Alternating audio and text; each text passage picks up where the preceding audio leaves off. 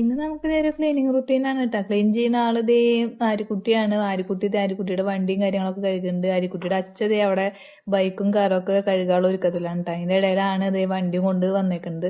കുറെ നാളായപ്പോൾ അത് ഉപയോഗിക്കാണ്ടിരിക്കുന്നു. അപ്പൊ ആകെ പൊടി പിടിച്ചു എന്ന് പറഞ്ഞിട്ടാണ് കേട്ടോ അവള് വണ്ടി കഴുകുന്നത്. പിന്നെ ഞങ്ങള് രണ്ടാളും ഇവിടെ ഉണ്ട്. ഞങ്ങള് ദേ അവിടെ നോക്കിക്കൊണ്ടിരിക്കുകയാണ് കേട്ടോ. ചേച്ചി വണ്ടി കഴുകുന്നതും അച്ഛൻ വണ്ടി കഴുകുന്നതും ഒക്കെ നോക്കിക്കൊണ്ടിരിക്കുകയാണ്.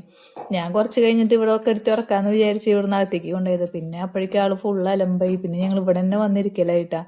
പുറത്തത്തെ കാഴ്ചകളൊക്കെ കണ്ടിട്ട് ഇങ്ങനെ പുറമെ നോക്കിയിരിക്കലാണ്. അപ്പോൾ ചെറിയൊരു മഴയും കാര്യങ്ങളൊക്കെ ആയി, മഴച്ചാലും ഇതൊക്കെ ആയി. പക്ഷെ ആരും അപ്പോഴേക്കും ചെറിയ ജലദോഷം വന്നിട്ട് ആ വെയിലത്ത് അവിടെ നിന്നിട്ട് വണ്ടി കഴിയാന് ചെറിയ ജലദോഷം കാര്യങ്ങളൊക്കെ ആയിരുന്നു.